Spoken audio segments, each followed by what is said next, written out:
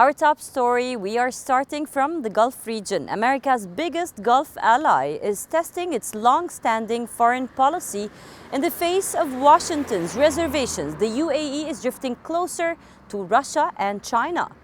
But still, the UAE remains dependent, highly dependent on the US for its defense support. So what is brewing in the island nation? Here's a report.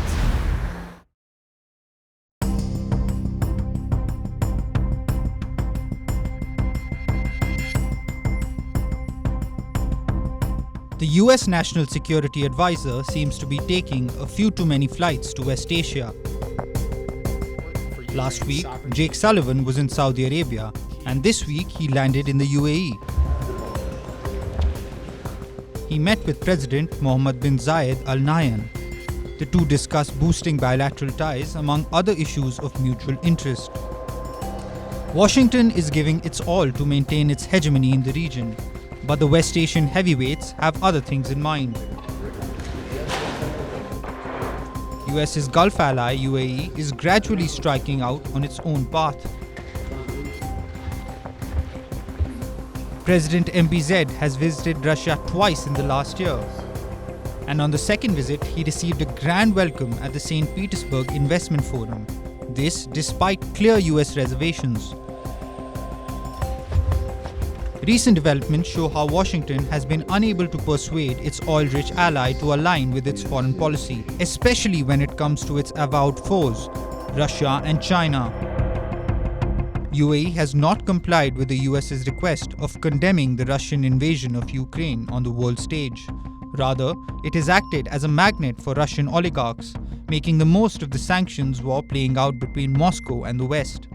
The Emirates has thrived on inflows of Russian money, oil and gold, fueling a feeding frenzy in real estate in the glittering metropolis of Dubai. Over the last few years, if you note, the Emirates has gotten increasingly wary of Washington's interest in the region, what America calls its long-term commitment to West Asia, and a big part of it is US military presence in the region. West Asia still hosts tens of thousands of US military personnel. Its allies fear if the US loses interest in the region, it will impact the security situation. However, the US asserts that it remains committed to the region. The United States is in this region to stay, and we remain deeply invested in partnering with all of you to build the brightest and strongest possible future for the Middle East. And indeed, the GCC is at the core of our vision for a Middle East that is more stable, more secure, more prosperous, more integrated.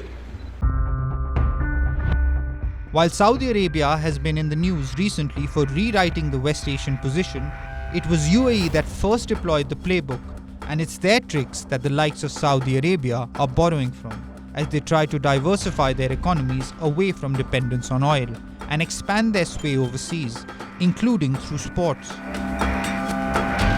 The country's bold policies have been spotted during the pivotal West Asian events of the last few decades.